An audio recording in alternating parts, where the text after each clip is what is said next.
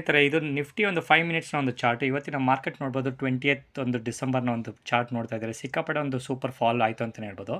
So ಅದ್ರ ಜೊತೆಗೆ ಒಂದು ಬ್ಯಾಂಕ್ ನಿಫ್ಟಿ ಒಂದು ಫಾಲ್ ಸಹ ನೋಡ್ಬೋದು. ಸಿಕ್ಕಾಪಟ್ಟೆ ಸೂಪರ್ ಡೂಪರ್ ಒಂದು ಆಲ್ ಟೈಮ್ ಹೈ ಹಿಟ್ ಆಗಿ ಒಂದು ಫಾಲ್ ಆದಂತಹ ಮಾರ್ಕೆಟ್ ಅಂತಲೇ ಹೇಳ್ಬೋದು. ಇದು ಫಿನ್ ನಿಫ್ಟಿಯ ಒಂದು ಚಾರ್ಟು. ಸೊ ಅದೇ ರೀತಿ ಸೆನ್ಸೆಕ್ಸ್ ಸಹ ಒಂದು ಫಾಲ್ ಆಗಿದೆ ಅಂತ ಹೇಳ್ಬೋದು.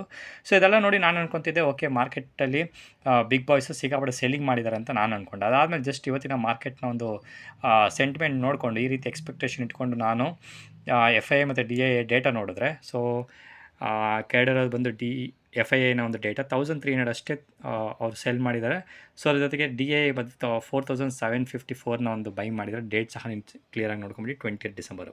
ಸೊ ಈ ರೀತಿ ನೋಡಿಕೊಂಡ್ರೆ ನನಗನ್ಸಿದೆ ಒಂದು ರೀಟೇಲರ್ ಒಂದು ಏನಂತಾರೆ ಒಂದು ಗ್ರೀಡ್ ಏನಿದೆ ಅಥವಾ ಒಂದು ಏನಂತಾರೆ ಒಂದು ಸಿಕ್ಕಾಪಟ್ಟೆ ಭಯ ಬಿದ್ದು ಆಲ್ ಟೈಮ್ ಹೈಯಲ್ಲಿ ಸೇಲ್ ಮಾಡಿದ್ದಾರೆ ಅಂತ ಅನ್ಕೊತಿದ್ದೀನಿ. ಮುಂದಿನ ದಿವಸಗಳಲ್ಲಿ ಸೂಪರ್ ಬುಲ್ ರನ್ ಸ್ಟಾರ್ಟ್ ಆಗುವಂಥ ಚಾನ್ಸಸ್ ಹೆಚ್ಚಿಗೆ ಇದೆ ಅಂತ ನನಗೆ ಅನ್ನಿಸ್ತಿದೆ. Thank you.